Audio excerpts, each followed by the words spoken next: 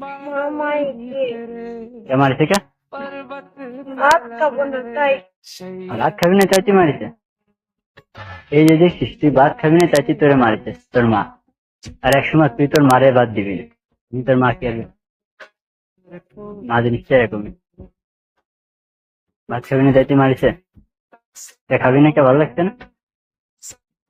বাজার থেকে রাত্রে রাত্রে তো পিঠা না এমনিতে খাইলে খাবো না, এবার আমার মারিছে খাবো না। কিন্তু তোর মা তো তোর ভালোর জন্যই মারিছে, কারণ তুই না খালি তোর শরীর খারাপ হয়ে যাবে, ঠিক আছে? মারা কোনোদিন খারাপ দেয় না সন্তানের, জানিস? মারা ভালো চাই।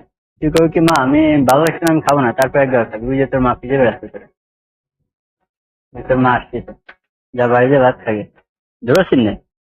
হ্যাঁ